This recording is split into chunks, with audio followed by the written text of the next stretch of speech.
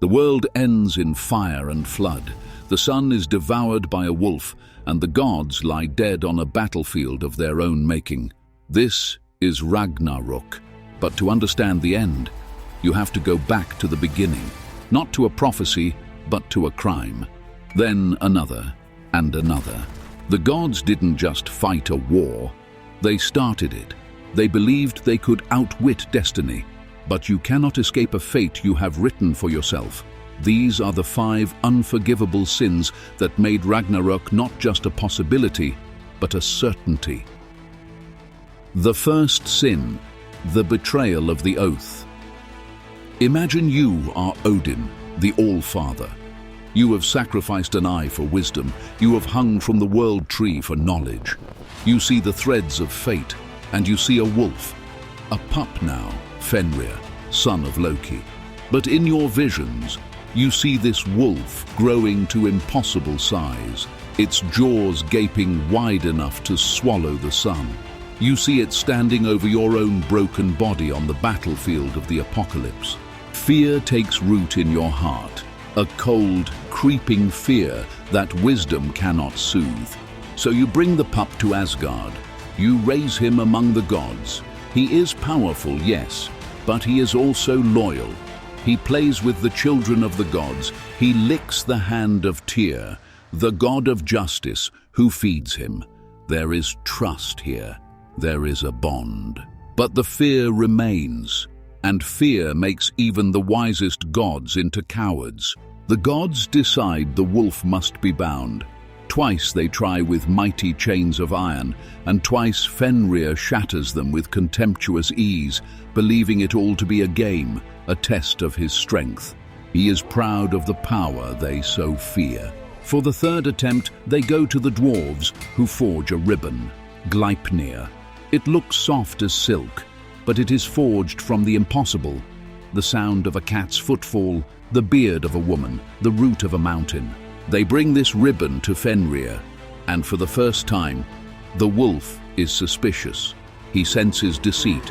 He agrees to be bound only if one of the gods will place a hand in his mouth as a pledge of good faith. An oath, a guarantee that this is no trick. Think of that moment.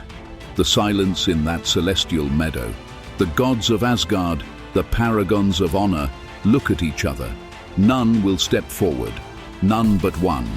Tyr, the god of justice himself, the wolf's friend, steps forward and places his right hand into the growing wolf's maw. You can feel the warm breath, see the rows of teeth that could shear through mountains. And you know the truth. You know this is a lie. The ribbon is fastened. Fenrir strains, but the impossible magic holds him fast. He is trapped. And in that moment of horrified realization, as the gods laugh at their victory, he looks to Tyr. He sees the betrayal in the god's eyes, and he bites down. The pact was broken, an oath sacrificed for security.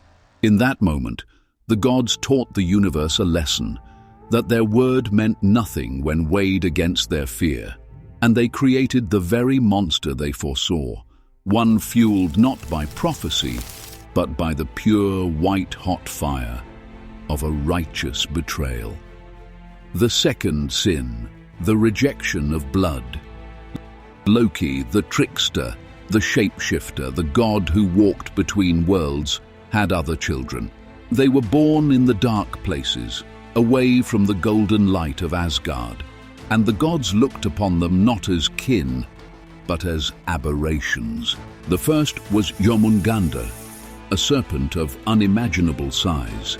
Odin did not try to reason with it. He did not seek to understand it. He simply took the serpent when it was young and cast it into the great ocean that encircles Midgard, the world of men. He threw it away, an unwanted thing left to fester in the deep. There it grew and grew, nursing its venomous hatred until it was so vast it could bite its own tail, forever encircling the world, waiting. The second was a daughter. One side of her was a beautiful woman, the other the rotting corpse of one. Her name was Hel. Again, Odin did not see a granddaughter. He saw a monster. He cast her down into the deepest, darkest, coldest of the 9 realms, and made her its queen. He banished her to rule over the dishonorable dead, to be forever surrounded by disease and despair. He named her prison after her, Helheim. This was not justice. It was disgust. It was rejection. The gods, in their radiant pride, could not tolerate anything they deemed imperfect or monstrous, even that which shared their blood. They did not see children to be guided. They saw threats to be exiled. And in doing so, they gave their future enemies their kingdoms. They placed the serpent in the sea, from which it would rise to poison Thor. They gave Hel dominion over an army of the dead that she would one day lead against the gates of Asgard. Their sin was not just cruelty. It was blindness.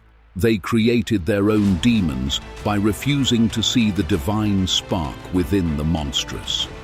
The third sin, the poison of gold.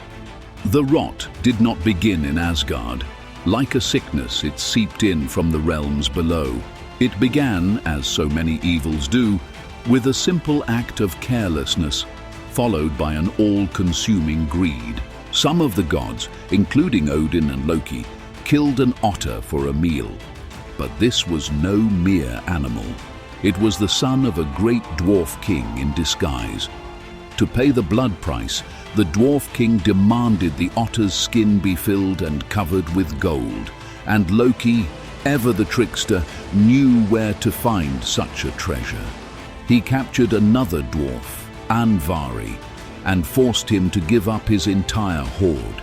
But as Loki took the last piece, a simple gold ring, Andvari begged him to leave it. It was the one thing that could create more gold, the source of all his wealth. Loki, in his arrogance, refused. And so Andvari spoke a curse upon it, a prophecy of his own, that the ring and all the gold would bring ruin and death to whoever possessed it. Loki laughed. What was a dwarf's curse to a god? He paid the blood price, covering the otter skin with the cursed gold. But a single whisker still showed. Odin, in his pride, covered that last whisker with the cursed ring.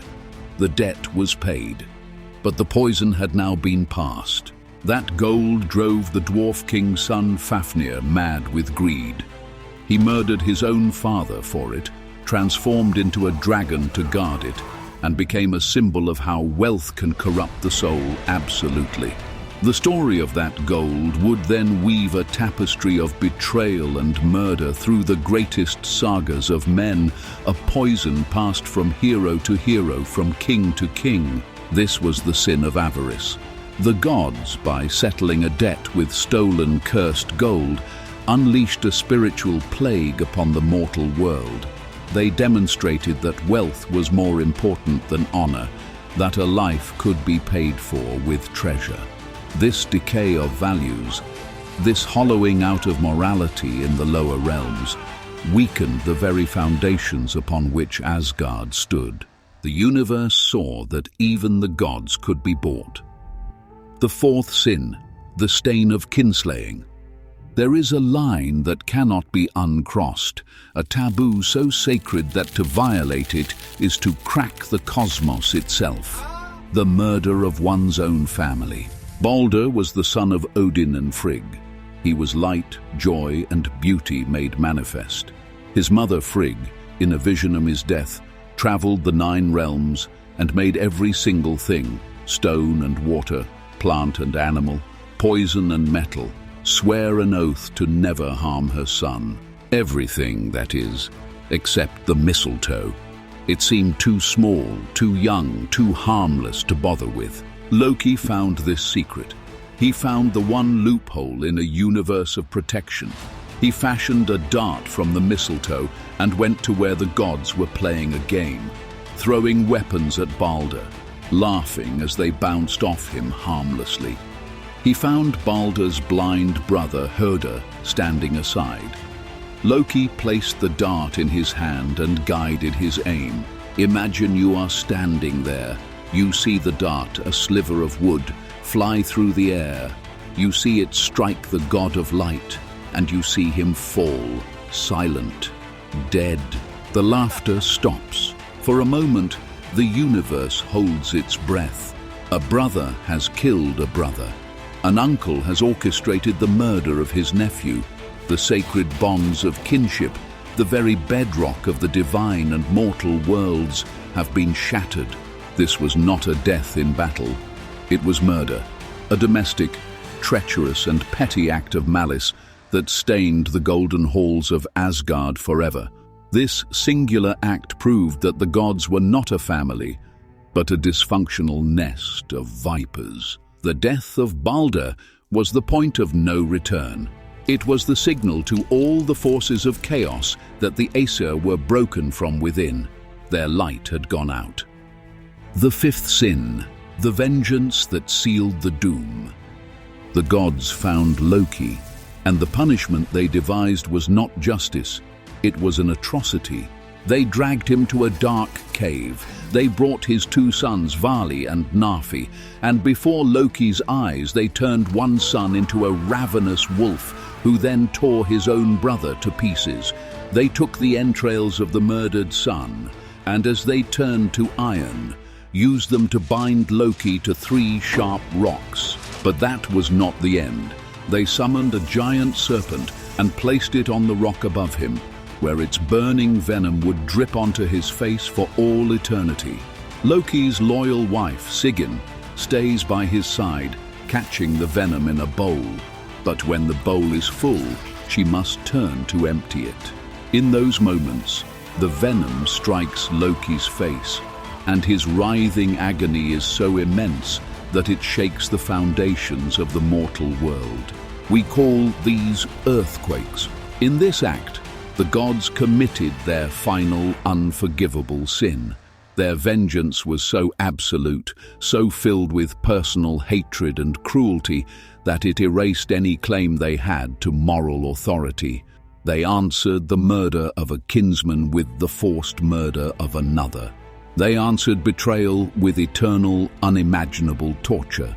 They became the monsters they fought, and in that dark cave, they guaranteed that when Loki finally broke free, his rage would be absolute. He would not seek negotiation. He would not seek surrender. He would seek the utter annihilation of those who had inflicted such horror upon him and his children. They had given their greatest enemy the one thing he needed to end the world, a reason. So why did the gods walk into their doom? Because the path to Ragnarok wasn't paved by giants or monsters. It was paved, stone by stone, by the gods themselves. It was not Fenrir the wolf who began the end, but the gods who broke their sacred oath to him. It was not Hel or Jörmungandr who chose to be enemies, but the gods who cast them out in fear and disgust. The corruption of the world was not inevitable, but it was hastened by a cursed gold the gods themselves put into play.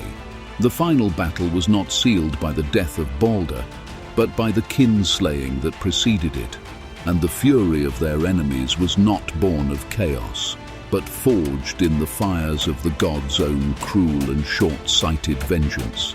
Ragnarok wasn't a war against an outside force, it was a final bloody act of self-destruction.